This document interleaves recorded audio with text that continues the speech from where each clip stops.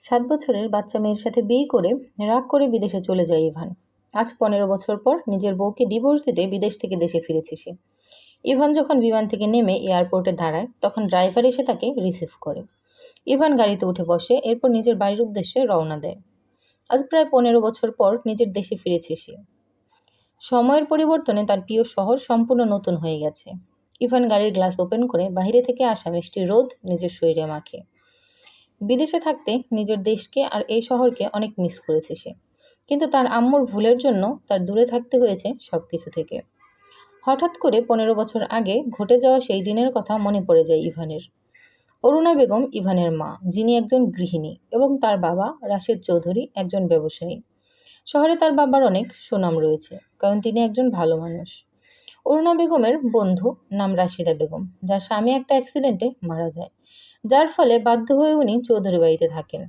আর তার একটা ছোট্ট ৭ বছরের মেয়ে ছিল, যার নাম ইয়ানা।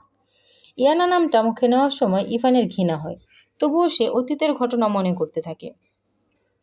ইয়ানা তখন খুব ছোট, মাত্র ৭ বছর বয়স, আর ইভানের তখন ১৫ বছর বয়স। ইভান ছোটবেলা থেকে পড়াশোনায় খুব ভালো, যার জন্য বিদেশে গিয়ে পড়াশোনা করার ইচ্ছা তার ছিল। ইয়ানা খুব ছোটবেলা থেকে খুব দুষ্ট প্রকৃতির মেয়ে, তবে ইভান খুব শান্ত। ইভান নিজের রুমে অন্য কারোর প্রবেশ পছন্দ করতো না, কিন্তু ইয়ানা সবসময় এসে তার ঘরের সব জিনিস এলোমেলো করে দিত, যার জন্য ইভান কখনো ইয়ানাকে পছন্দ করে নাই, বরং সবসময় তাকে বকা দিত। আর ইয়ানাদের এই বাড়িতে থাকা ইভান পছন্দ করে না, সে সবসময় ওকে কাজের লোকের মতো দেখে। একদিন যখন ইভান রুমে বসে পড়াশোনা করছিল, তখন ইয়ানা ওর রুমে আসে। ইয়ানা বলে, ইভান ভাইয়া, তুমি কি করছো? পড়াশোনা করছি। কেন, তুমি কি দেখতে পাও না? ইয়ানা, যাও এখান থেকে, একদম বিরক্ত করবে না আমাকে। ইয়ানা কোনো কথা শোনে না, বরং ইভানের রুমে এসে তার বিভিন্ন জিনিসে হাত দিতে থাকে, ইভানকে বিরক্ত করতে থাকে। ইভানের রাগ উঠে যায়, সে একটা থাপ্পড় দেয় ইয়ানার গালে। বাচ্চা মেয়েটার গালে থাপ্পড়ের দাগ বসে যায়, সে কান্না করতে থাকে। যা শুনে অরুণা বেগম রুমে আসে আর বলে, ইয়ানা, কি হয়েছে, তুমি কান্না কেন করছো?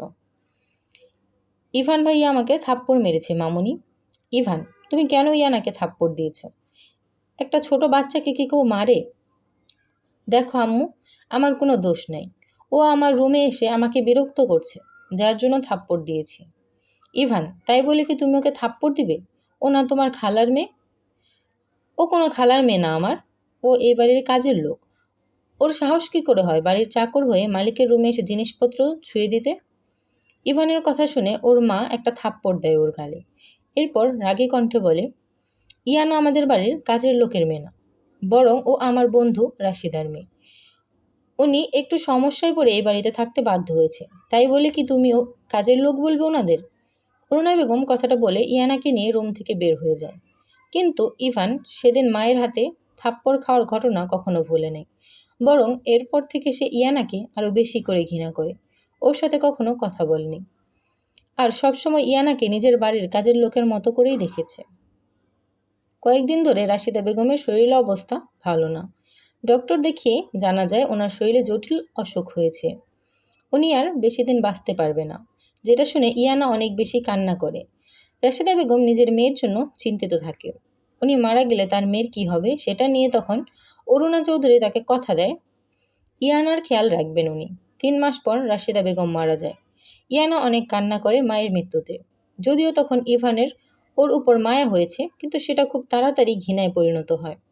ইয়ানার মা মারা যাওয়ার পর ওর মামা এসে ওকে নিয়ে যেতে চায়, কিন্তু অরুণা বেগম ওনাকে নিষেধ করে দেয়। অরুণা বেগম বলে, দেখুন, আমি রাশিদাকে কথা দিয়েছি ইয়ানার সকল ধরনের দায়িত্ব আমার থাকবে, সো আপনি চলে যান, ইয়ানা এই বাড়িতেই থাকবে।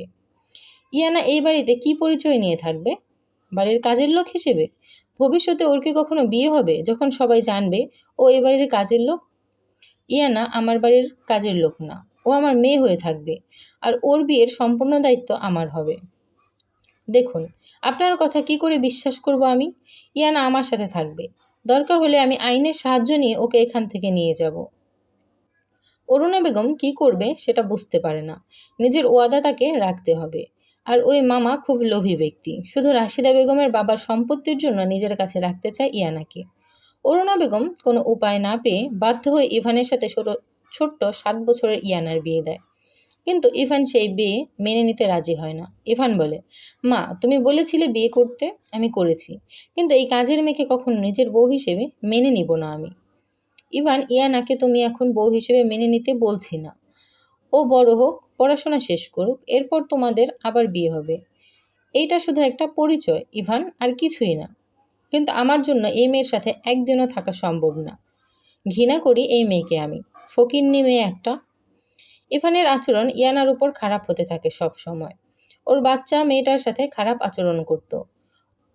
ওরা এক রুমে থাকতো না, তবু ইভান ইয়ানাকে থাপ্পড় মারত, ওর শরীরে চা ঢেলে দিত, যার কারণে অরুণা বেগম বাধ্য হয়ে ইভানকে বিদেশে ওর খালার বাসায় পাঠিয়ে দেয়। আজকে 15 বছর পর আবার ইভান দেশে ফিরছে, কারণ কয়েকদিন পর ইয়ানার বিয়ে। তাই ইভান আর ইয়ানার ডিভোর্স হবে। যদিও বিয়েটা আইনি বৈধতা নাই, তবুও মৌখিক ডিভোর্স হলেও দরকার। ইভান নিজের অতীতের সব কথা মনে করে, তবে তার জীবনে সবসময় ইয়ানা নামটা ঘৃণিতই থাকবে। এই মেয়েকে সে সবসময় ঘৃণা করে এসেছে, আর ভবিষ্যতেও করবে। তবে ইভান ভাবে সেই ছোট্ট মেয়েটা হয়তো এখন অনেক বড় হয়ে গেছে। ইভান বলে, নিশ্চয়ই সেই বাচ্চা দুষ্ট মেয়েটা এখন অনেক বড় হয়ে গেছে, প্রায় 22 বছরের যুবতী কন্যা। ছোটবেলা খুব সুন্দর বর্ণের অধিকারী ছিল মেয়েটা, তবে এখন মনে হয় বাড়ির কাজ করতে করতে কালো হয়ে গেছে। বাড়ির কাজের লোক হবে নিশ্চয়ই, যে বাড়ির সব কাজ করবে। ইভান আর বেশি ভাবে না, বরং গাড়ির জানালা দিয়ে বাইরের দিকে তাকিয়ে দেখে। সেখানে বড় একটা বোর্ডে একটা কোম্পানির নাম দেওয়া আছে, যেখানে নিচে কোম্পানির মালিক ইয়ানা দেওয়া। ইভান সেটা দেখে একটু অবাক লাগে, তবে পৃথিবীতে কত মানুষের নাম ইয়ানা আছে সেটা ভাবে। ইভান বলে, দূর, এত বড় কোম্পানির মালিকের নাম ইয়ানা হতে হবে? জানি না মানুষের এই নাম কেন এত পছন্দ। তবে এই মেয়ে অল্প বয়সে কি সুন্দর বিজনেস ওমেন হয়ে গেছে। আর সেই বাচ্চা মেয়েটা মনে হয় এখনো বাড়ির কাজ করে যাচ্ছে। পড়াশোনা হয়তো ভালো করে নাই।